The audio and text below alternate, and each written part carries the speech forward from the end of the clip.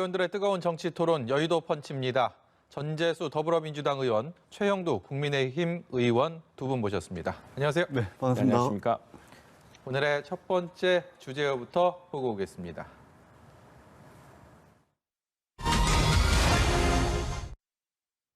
보수 야권에서 가장 높은 지지율을 얻고 있는 윤석열 전 검찰총장 같은 경우는 출마 이전에도 뭐 가족 리스크, 좀 더 정확히 얘기하면 뭐 장모 리스크, 아내 리스크가 있을 것이다라는 무슨 추측성 전망들은 있었는데 실제로 출마 선언 이후에 장모가 구속이 됐고 최근에는 아내 관련돼서 여러 루머들 인터뷰 과정에서 그런 것들이 또 화제가 됐고요. 지금은 논문 얘기도 나옵니다. 뭐 여권에서는 거기에 대한 또 공세도 가하고 있는데 이 리스크는 글쎄요, 뭐 통과 의례라고 보세요? 아니면 좀 하나의 큰 위기가 닥쳤다 이 정도로 생각해야 됩니까? 이재명 지사의 1위 주자로서 리스크는 이재명 지사 본인입니다. 본인을 둘러싼 이야기고 또 본인과 관련된 이야기고 또 본인이 그 문제를 둘러싸고 보이는 태도. 예. 우리나라 대통령이라는 정말 세계 유례가 없을 만큼 강력한 권한과 이 대통령의 결심 하나, 대통령의 그때 기분 하나가 대한민국의 미래와 운명을 좌우할 수도 있습니다. 그래서 그런 여러 가지 이 사람이 자라온 배경 또 어떤 문제에 대해서 얼마나 균형 잡히게 하느냐, 뭐 사이다라는 게 시원해 보이면 좋지만 이렇게 정치 외교 이런 걸 울컥울컥하는 심정으로 국민들에게 분노 쏟아내듯이 그렇게 할 수는 없는 거거든요. 이제 그런 걸 보여준다는 측면에서 국민들이 이제 불안스럽게 지켜보고 있는 거고. 지금 윤 전 총장에 관한 것은 본인에 대한 이야기가 아니라 전부 가족을 둘러싼 카드라 수준입니다. 이제 그건 하나하나 또 이것도 국민적 관심사이고 또 가족의 문제는 또 다뤄야 되기 때문에 아마 내 윤 총장 같으면은 그렇기 때문에 지금 우리가 지난 박근혜 정부 때 만들었던 이 대통령 측근 비리를 척결하는 이 기구가 있습니다. 그런 기구를 통해서 오히려 이런 것들이 초기에 나와서 깨끗하게 정리하고 그걸 하나하나 감시하고 이제 하면 될 문제고, 그러니까 어떤 경우든 이것이 아무리 악화되더라도 본인의 자격의 문제는 아니죠. 그 주변의 자격의 문제고 또 친족이 아니라 또 이제 결혼하게 된 이런 배우자의 문제이기 때문에 참 좀 다르다고 생각을 합니다. 다르다고 생각하는데 그런데 이 문제에 대해서도 조홍천 민주당 의원이 법사위원이 국토위원이시죠. 조홍천 의원이 이제 검사 출신인데. 윤석열 장모 사건의 구속에 대해서 이거 좀 이상하다라고 이야기를 한 게 볼만합니다. 첫 번째는 70세 중반의 노인이 어디를 도망가겠으며 도주의 우려 때문에 이제 구속을 했다, 법정 구속을. 두 번째, 이 사건의 공범들은 전부 구속돼 있지 않은 상태입니다. 근데 유독 이분만 구속을 시키느냐 이런 형평의 문제 등등을 제기했는데 또 하나 벌써 이 장모 문제를 둘러싸고서는 지금은 이제 민주당 의원들 특히 공격수 의원들이 막 비판하지만. 이전에는 전부 똑같은 문제를 두고서 방어를 하고 오히려 두둔을 했거든요. 아니 장모도 오히려 피해자였다. 지금 피해자가 피해자 얘기 듣고 그럴 수 있느냐는 거 하고 그다음에 이제 배우자를 둘러싼 문제 이거는 그야말로 지금 무슨 옐로페이퍼 수준의 이야기여서 어디까지가 진실이고 호기심 이상으로 진전된 게 없는 것 같은데 뭐 논문 문제 이런 거야 학교에서 지금 논문 심사를 한다니까 분명히 이걸 가려야죠. 행여라도 윤석열 전 총장 관련한 이런 의혹들이 리스크가 더 커지게 된다면 최재형 전 감사원장이 지금 국민의힘에 입당을 타진할 것으로 지금 예상이 되는 상황이기 때문에 이 대체제, 리스크의 분산 효과를 예견하는 분들도 있는데 이 가능성도 좀 있다고 보세요? 그럼 호사가들이 온갖 이야기를 다 하겠습니다만 저는 뭐 두 분 다 훌륭한 자질을 가지신 분이고 특히 이제 최 전 원장은 또 실제로 법원에서 또 감사원에서 국정 전반을 이제 이렇게 한번 감사를 해본 분이기 때문에 또 남다른 이런 여러 가지 그 성품과 또 이런데 경험이 있지 않습니까? 있는데 그건 대체제가 아니고 두 분 다 훌륭한 어떤 동반자라 그럴까요? 이렇게 보아집니다. 그리고 제가 다시 말씀드리지만 윤석열 총장의 이 둘러싼 소재는 아무리 악화되더라도 그것이 본인이 아니고 가족의 문제이기 때문에 가족 비리 없는 사람들 어디 있었습니까? 다 있었거든요. 근데 초기에 그게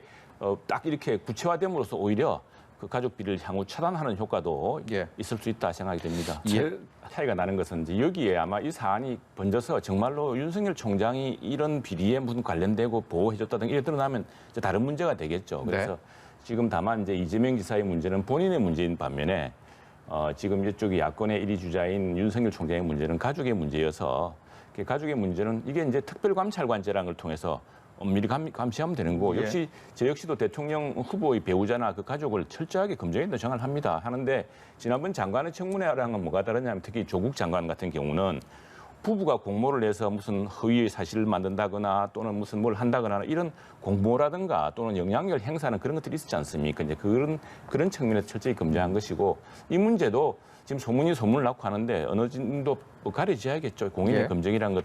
윤석열 총장이 그렇게 문제가 많았으면 왜 그때 검찰총장을 시켰고 이거 다 민주당 정부에서 검증하고 민주당 정부 청와대에서 일선 발탁했던 분 아닙니까? 예. 그리고 똑같은 사안을 두고서 2년 전, 3년 전에 청문회 할 때는 아무 문제도 없는 듯이 이야기를 했다가 지금 갑자기 이 이야기를 바꾸는데 예. 국민들이 다 지켜보는 문제고 이 사안은 그 자체의 진실의 힘이 크기 예. 때문에 진실의 힘으로 우리 전 의원님과 이렇게 말다툼 안 해도 가려질 걸로 봅니다. 예, 이 제1야당 대표는 다음 주제어에서 좀 얘기를 해보도록 하겠습니다. 두 번째 주제어 보여주세요.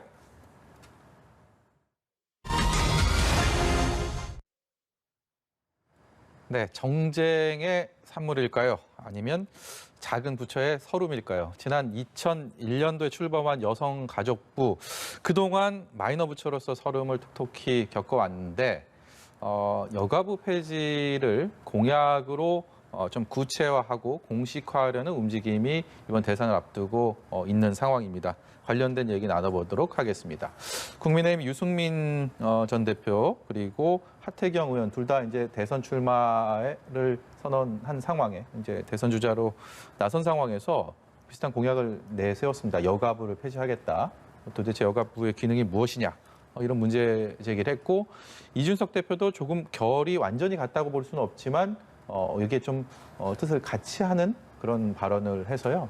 실제로 뭐 민주당과 또 국민의힘 내부에서도 조금 다른 얘기가 나오는 것 같아서 이 사안은 어떻게 보시는지 여쭤보겠습니다. 이거 너무 단순하게 이제 단순화시킨 것 같습니다. 이 여가부가 하는 일, 또 여가부가 해야 될 일, 여성과 가족이라는 문제는 우리 국민의 절반이 여성이고 그렇습니다. 그래서 지금 이제 저희 강조하는 것은 진정한 양성 평등을 이루기 위해서 그리고 또 지금 가족의 우리 건강한 가족들을 보호하고 또 그 가족들의 지금 새로운 이제 문명사회에서 있는 여러 가지 문제들도 함께 해결해주는 그런 노력들을 하는데 이게 사실은 작은 부서가 할 수 있는 일이 아니다는 것이죠. 여성 가족 또 양성 평등의 문제 또 일과 양육의 병립 또 일과 가정의 병립 이런 문제들은 사실은 전 정부 부처가 하고 있는 일입니다. 이게 예산을 치면은 이게 지금 여가부 예산은 좀밖에 안 되지만 사실은 양성평등 그리고 일과 가정의 양립이라든가 육아라든가 출산이라든가 네.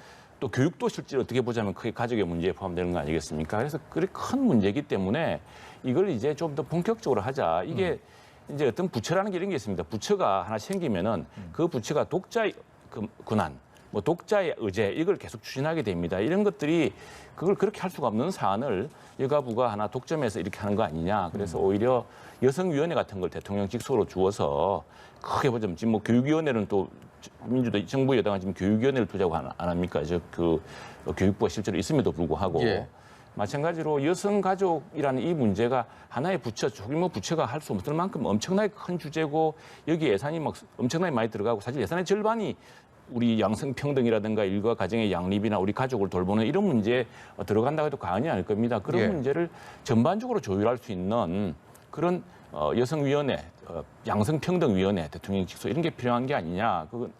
그게 아니라 이렇게 하나의 몇 가지 의제에만 집중하는 여가부보다는 전체 정말 양성평등 그리고 여성의 권익 그리고 일과 가정의 양립을 위할 수 있는 범정부적인 개편이 필요한 것 아닌가라는 그런 것이 사실은 이 논란의 초점입니다. 이게 젠더 갈등을 남녀 간의 갈등을 조장하고 선거용으로 이른바 20대 남성들을 끌어안으려는 그런 전략이 아니냐라는 분석들도 있거든요. 그렇게 이제 보려는 사람들의 시각인데 근본은 그렇지가 않죠. 이게 사실은 양성의 평등의 문제는 전 국민의 절반이 50% 여성이고 또 우리 스스로도 집에 가족이 있고 여성 딸도 있고 또 배우자도 있고 이런 상황인데 그런 문제를 어떻게 다 보살펴 주느냐는 그 전반적인 이야기를 하는데 아마도 이제 최근에 몇 가지 이슈에서 여성가족부도 여성가족부 고유의 어떤 어젠다를 추진하는 과정에서 생긴 논란에 대한 이제 그런 이야기죠. 예. 저는